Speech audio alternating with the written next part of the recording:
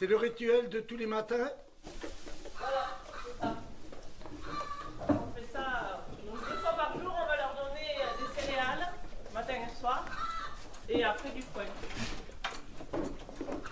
Ce sont des chèvres angora et elles produisent donc du mohair. Donc là, elles sont en pleine toison. On va commencer à les tondre lundi. Voilà. Et là, vous les mettez carrément à nu quand vous les tondez? Oui, oui, oui. Là, on les tend à ras.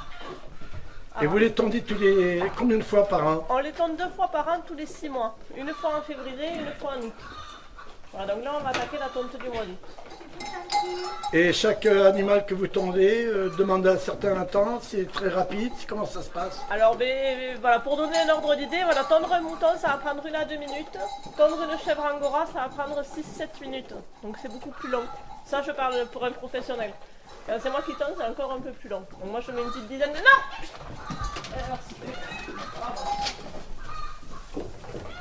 Elle n'a pas le droit. Et la différence, vous l'avez de tonte, se fait par rapport à quoi? Et alors voilà, tondre une chèvre angora, c'est plus long. Parce que déjà, c'est beaucoup plus couvert, la chèvre. Elle va avoir du poil partout. Elle en a sous le ventre, elle en a sur les pattes, elle en a sur le museau, sur la tête. Un mouton, bien souvent, n'a du poil que sur le dos. L'autre raison qui fait que c'est plus long, c'est que la chèvre, comme ça on dirait des boules, mais en fait c'est quand même beaucoup plus osseux qu'un mouton. Donc il va falloir faire attention de ne pas les tailler. Et la dernière raison, c'est que quand on tond une chèvre angora, on l'entend pour sa laine. Alors que bien souvent, un mouton, on le tond pour se débarrasser de sa laine après on va la jeter. Du coup, on va faire bien attention de rester au maximum en contact avec la peau, et ça sans tailler l'animal. Donc ça nécessite une certaine précision. Voilà, donc c'est plus long. Et au niveau des saisons? On tond en février. En fait, voilà, les dates de tonte, elles sont fixées en fonction des dates de mise bas. Il faut qu'à la mise bas, le poil soit court. Pour plusieurs raisons. Déjà pour ne pas tacher le poil. Et l'autre raison, c'est que pour que les petits puissent trouver les mamelles. Voilà, en fait, si le poil est trop long, ils ne peuvent pas trouver les mamelles. Donc il faut que le poil soit court. Donc on ne tond pas juste avant, on tond un petit mois avant la mise bas. Les chèvres, elles portent 5 mois les bébés dans leur ventre. Donc on tond 1 mois avant, 4 mois de gestation. Et l'autre date de tonte, du coup, c'est 6 mois plus tard. Mais si vous les tondez en hiver, au mois de février, elles doivent se geler, les pauvres bêtes? Alors, c'est pas faux. Alors, déjà, elles n'ont pas tout à fait le même ressenti que nous. C'est-à-dire que jusqu'à 7-8 degrés, même toutes nues, 7-8 degrés, elles n'ont pas froid. Après, quand il fait froid l'hiver, eh ben on leur met des lampes chauffantes dans le bâtiment, on leur fait des petites tentes et tout ça. On fait en sorte qu'elles n'aient pas froid. Mais c'est vrai que pour nous, c'est un souci. Alors que l'été, même en pleine toison, même s'il fait canicule comme hier, elles n'ont pas trop chaud. Voilà, le mohair, ça isole. Une fois tondu, nous, le tri, on va faire l'étape du tri. Voilà, le tri pour nous, c'est une étape qui est très importante. Voilà, parce qu'autant pour tondre une chèvre, il va falloir une dizaine de minutes. Pour trier sa toison, il faut compter entre 1 et 2 heures. Donc pour nous, c'est vraiment un boulot qui est long. Le tri, ça consiste en plusieurs choses. C'est à la fois un tri de qualité. Sur la ferme, on va définir 7 qualités de mohair. Voilà, les qualités, ça va être en fonction de l'âge de l'animal, des parties du corps, du sexe et aussi de la génétique. Et l'autre rôle du tri, c'est d'enlever tout ce qu'on ne peut pas filer. Donc on va enlever à la main un maximum de foin. On n'est pas complètement exhaustif, mais presque. On va enlever aussi tout le pisseux. Donc le pisseux, c'est tout ce qui est taché d'urine. Et on va enlever également toutes les fausses coupes. Les fausses coupes, c'est quand à la tonte, on ne passe pas directement contre la peau de l'animal, qu'on s'en écarte un peu. Et là, toutes les petites mèches qui vont faire moins de 4 cm, en fait, elles ne vont pas pouvoir être filées. Donc ça, on va les sortir à la main. Voilà, donc ça c'est un tri. Bon, c'est un sacré travail. C'est un sacré travail. Après ça, effectivement, on est regroupés en coopérative. Donc là, on est 70 éleveurs à travailler tous ensemble, à mettre notre mohair ensemble 2 fois par an et à aller voir les façonner tous ensemble.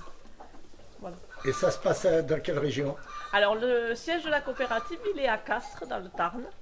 Voilà, donc là 2 fois par an, on se réunit, on met notre mohair ensemble à qualité égale. Et après, ça va partir chez les façonniers. Les façonniers, il y en a un peu partout.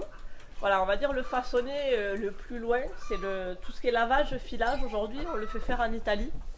Voilà, parce qu'en France, les filatures françaises de mohair ont fermé en 2008 et que depuis, il n'y a plus de filature spécifique mohair. Alors, il y a des filatures pour la laine, mais à l'époque, quand ça avait fermé en France, on a fait des essais dans ces filatures-là et les résultats n'ont pas été complètement concluants. Et dans tous les cas, il y a certains fils, par exemple le fil qu'on fait pour les chaussettes et tout ça, qu'on ne pourrait pas faire en France. Voilà, eux, même si on voulait, on ne pourrait pas. Du coup, on a fait le choix de faire tout faire au même endroit dans une filature spécialisée en mohair en Italie. Donc c'est en Italie du Nord, c'est à Prato. Voilà, donc là ils nous font le lavage et le filage. Et après, tout revient en France et toutes les autres étapes sont faites en France. Et j'insiste beaucoup là-dessus, voilà, sur les 13 façonniers qui travaillent pour nous, il y en a 2 en Italie. Tous les autres, les 11 autres, ils sont en France. Donc on fait quand même faire une majorité de ce qu'on fait faire en France. Donc on fait faire toutes les teintures en France, tous les tissages, tous les tricotages, la mise en pelote. Voilà, il y a vraiment beaucoup d'étapes après qu'on fait faire en France. Et on fait même des choses sur la ferme, puisqu'on tricote. Moi j'ai des machines à tricoter. Et on a une dame qui tricote pour nous aux aiguilles. Comment vous retrouvez votre produit, vous, votre sélection de votre produit? Alors, on ne peut pas dire qu'on retrouve notre mohair. Quand ça nous revient, c'est un mélange de mohair des autres éleveurs. Quand ça arrive à la coopérative, chaque lot qu'on amène est pesé et analysé en termes de qualité. Donc au niveau diamètre du poil en fait. Ce qui détermine la qualité du mohair, c'est le diamètre de la fibre. Voilà. Donc tout est pesé et ils prélèvent des échantillons, on mesure la finesse du poil et on le mélange à finesse égale avec le mohair des autres éleveurs. Et donc on récupère en qualité et en quantité l'équivalent de ce qu'on a amené. On ne peut pas dire que c'est notre mohair, c'est un mélange, mais équivalent en qualité et en quantité à ce qu'on a amené. Et vous découvrez le résultat de ce que vous avez fait, vous le retrouvez une fois que c'est terminé. Voilà, entre 5 et 6 mois plus tard. Voilà. Et entre-temps, il faut vivre du produit de la ferme. Eh bien, c'est-à-dire, en fait, en élevage de chèvres angora, ce qui est long, c'est la mise en place. Voilà, mais bon, une fois qu'on est lancé, on a toujours du mohair de la fois d'avant. En fait, en gros, quand on amène notre mohair, on reçoit le mohair qu'on a amené à la transformation d'avant. Voilà. Ce qui est dur, effectivement, c'est le démarrage, parce qu'au départ, on achète des chèvres. En général, elles ne sont pas juste avant la tonte, parce qu'on ne les vend pas juste avant la tonte. Donc il faut attendre quelques mois avant de pouvoir les tondre. Une fois qu'on les a tondus, il faut encore attendre 6 mois avant d'avoir les premiers produits. Donc en général, la première année, quand on se lance en chèvre angora, il faut savoir qu'il n'y a pas de... Enfin, il faut prévoir la trésorerie pour une année complète. En vous entendant, on sent que quand même vous aimez votre métier, vous le surpassez. Ah oui, oui, nous c'est sûr que ça c'est un métier qu'on a choisi et qu'on adore. Et on est très On peut découvrir une bête malade. Alors, chez les chèvres, il y a un indicateur qui est quand même assez facile. Une chèvre qui va pas bien, vous voyez les chèvres qui sont contentes, alors soit elles dorment, voilà, mais une chèvre contente qui est réveillée, elle a la queue bien dans l'air. Là, on les voit là dans l'encadrement des portes, vous voyez, elles ont les queues bien dans l'air. Donc déjà, si on voit une chèvre avec la queue basse et qu'elle n'est pas en train de dormir, parce que vous voyez celle d'à côté là, qui n'est pas dans la porte, elle a la queue un peu basse, mais elle rumine et puis elle a l'air d'être un peu en train de dormir. Mais ça, c'est pas grave. Si vous voyez une chèvre marcher avec la queue basse, c'est qu'elle a quelque chose qui va pas bien. Après, on les surveille. On les surveille beaucoup. Le principal souci de maladie qu'on peut avoir sur les chèvres, c'est tout ce qui est parasites internes, donc les vers intestinaux. Et donc ça, une fois par mois, on les prend une par une et on contrôle. Alors on a certains indicateurs, il ne faut pas qu'elles aient maigri, il ne faut pas qu'elles soient anémiées. Voilà. Et si on voit qu'elles ont maigri ou qu'elles sont anémiées, qu'elles ont des choses comme ça, et bien on va les vermifuger. Voilà. Et sinon on essaie de ne pas les vermifuger ou autrement on les vermifuge aux huiles essentielles. Combien vous avez d'animaux? Nous on a 130 chèvres sur la ferme. Ici même? Là on a 3... En fait on a ce bâtiment, on a un autre bâtiment de l'autre côté de la route, on a d'autres boucs en bas. On a 3 lieux. Et sortez à quelle heure? En fait nous là aujourd'hui, vous voyez les portes sont ouvertes, aujourd'hui il fait gris, les chèvres n'aiment pas l'humidité. Donc elles vont attendre que ça sèche un peu avant de sortir.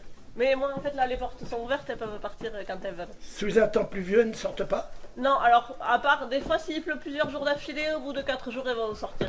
Mais sinon non. Là hier il a fait beau, elles sont sorties. La chaleur les attire et l'humidité les fait rester. Voilà, là, le sec les attire et l'humidité les fait rester dedans. Elles sont un petit peu comme nos grands-mères. Voilà, alors pour le lait, voilà, les chevrons, ce sont eux qui font le poil de meilleure qualité. Donc ça c'est très spécifique à l'élevage pour le poil.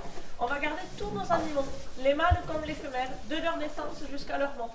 Parce qu'ils produisent en continu tout au long de leur vie, qu'ils soient mâles ou femelles. Donc quand je dis qu'on a 130 chèvres, on a moitié mâles, moitié femelles. Par contre, la majorité des mâles sont castrés. Partant de là, comme on garde tous nos chevreaux à la naissance, mais le lait des mamans, il va directement au chevreau. On n'a jamais d'excédent. En fait, les chèvres angora, ils ont été sélectionnées pour faire beaucoup de poils et pas forcément beaucoup de lait. Donc elles arrivent à faire du lait pour nourrir le chevreau, déjà c'est pas mal. Des fois il en manque un peu, on est obligé de complémenter. Puis aussi, enfin, nous on le constate, hein, les chèvres qui ont des jumeaux, elles produisent moins de poils. Donc en fait, si on les sollicitait plus pour la production de lait, on récolterait moins de mohair. Oui, voilà. Oui, du coup, en dehors de nourrir les chèvres, il va y avoir tout ce qui est Débroussaillage, travaux de clôture, travaux de fenaison, donc pour faire les foins, voilà, et puis après comme je tricote, voilà, là par exemple en ce moment j'ai 2 pulls en commande, donc là il faut que j'aille en finir un et faire le suivant. Il faut faire des bonnets aussi, des écharpes, voilà. Donc vous avez du travail en perspective. Oui, on ne s'ennuie jamais. Ça vit combien de temps, une bête comme ceci? Alors les chèvres, elles ont une durée de vie entre 10 et 12 ans. Voilà, là en ce moment les plus âgées, elles ont une douzaine d'années sur la ferme. Elles finissent leur vie tranquillement, paisiblement ici.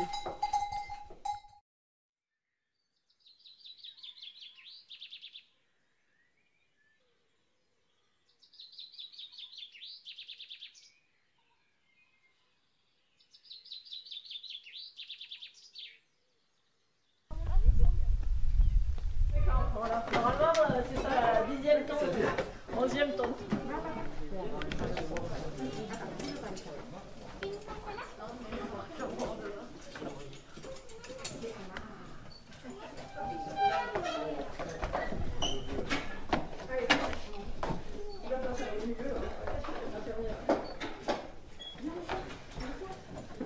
Donc voilà, je la plaque. Alors je vais commencer par tondre les mamelles. Voilà, il ne faut pas tailler les mamelles parce qu'elles sont en lactation. Et après on fait l'entrejambe. Voilà. Et après un flanc, un autre flanc. Allez, c'est parti.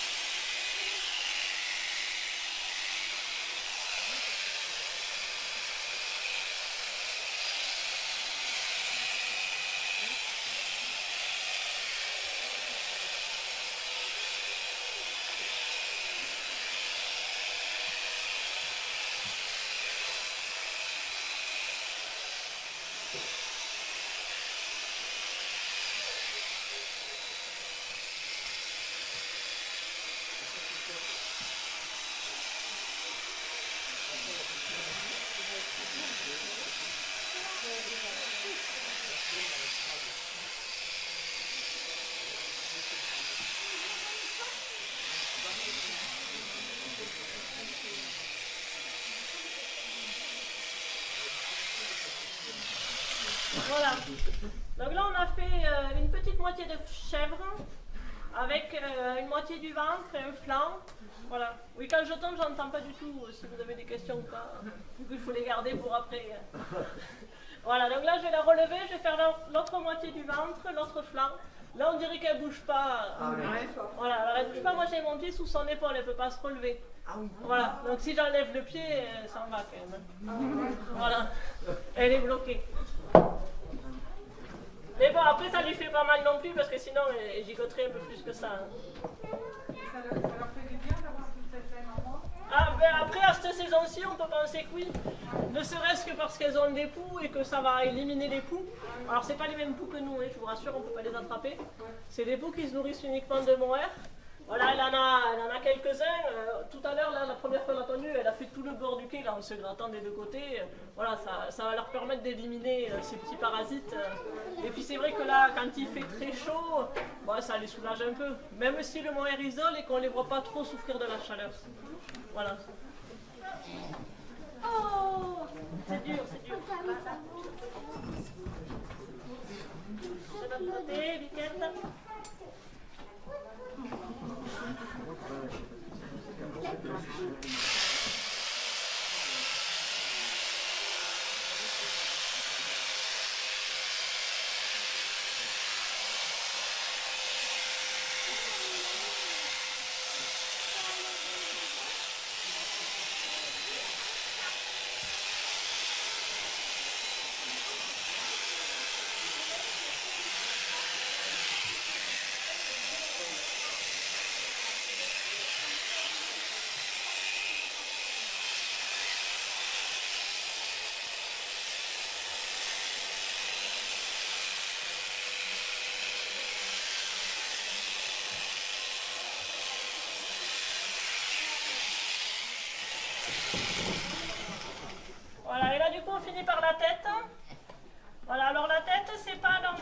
a le plus de risque de coupure, finalement, parce que c'est assez... il y a beaucoup de bosses, il n'y a pas beaucoup de plis. Il faut quand même faire attention aux oreilles et aux yeux. Voilà, c'est les points sensibles, on va dire, de la tête pour le tondeur. Par contre, pour elle, c'est pas l'endroit qu'elle préfère. Hein.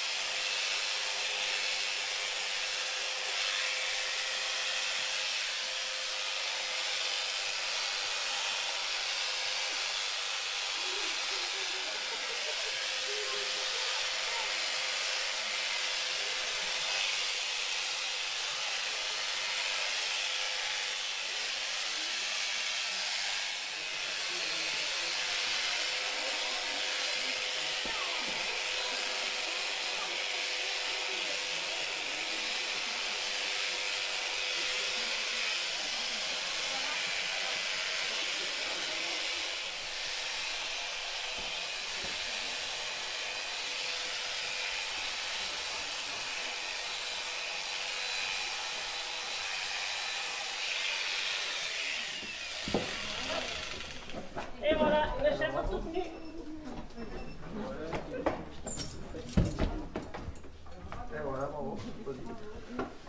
Voilà, si vous voulez la toucher toute nue, je ne sais pas s'il y en a qui veulent venir la caresser. Vas-y, Maxime, vas-y. Allez-y, les garçons.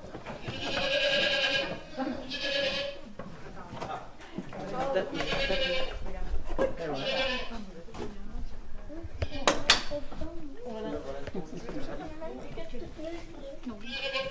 Alors voilà, je sais pas si... Le travail qui s'appelle, c'est le pré-tri, voilà, c'est le début du tri. Donc je vais enlever le poil du cou et des pattes et je vais faire 2 tas dans ma caisse et après je vais les mettre dans des cartons mais ça ne va pas aller dans le même carton. Voilà, donc ça on le voit bien, ça c'est du poil de cou. Chez cette chèvre là c'était quand même assez différencié. Voilà, c'est-à-dire qu'elle a des poils du cou qui sont moins frisés. Vous voyez que c'est poil du dos. Je ne sais pas si vous le voyez. Nous on va chercher, voilà, le poil plus il est frisé, plus il est fin et plus il est doux. Voilà. Donc du poil raide comme ça pour nous c'est pas très avantageux. On va chercher des chèvres le plus homogènes possible. Bon, voilà, après elle a quand même une belle toison. Hein. Voilà, le mohair au niveau de la structure c'est du poil de duvet. Voilà, donc le duvet c'est le sous-poil de la chèvre. Les chèvres angora elles ont été sélectionnées pour faire énormément de duvet. Aujourd'hui en fait elles font des poils comme les nôtres, des poils qu'on appelle le jarreux, uniquement en 2 endroits, sur le bout de la queue et sur la barbichette si elles ont des barbichettes. Donc ça c'est du poil, si on le met avec le mohair, ça pique, ça gratte, voilà. Donc il faut absolument l'écarter. Voilà, ça peut arriver aussi en vieillissant qu'elles en fassent, donc ça arrive des chèvres les plus âgées qu'il y ait des parties de toison qu'on enlève, parce qu'il y a trop de jarreux. Mais plus on avance en sélection, et moins il y en a quand même. Voilà, donc aujourd'hui, voilà. Donc le poil de la queue, systématiquement, quand je le tombe, je le jette. Ça évite qu'on en retrouve après dans le mohair. Voilà, et après, bon, elle n'avait pas de barbichettes. Il y en a une ou deux qui ont des barbichettes, que je vais faire pareil. À la tonte, je vais les jeter. Joseph.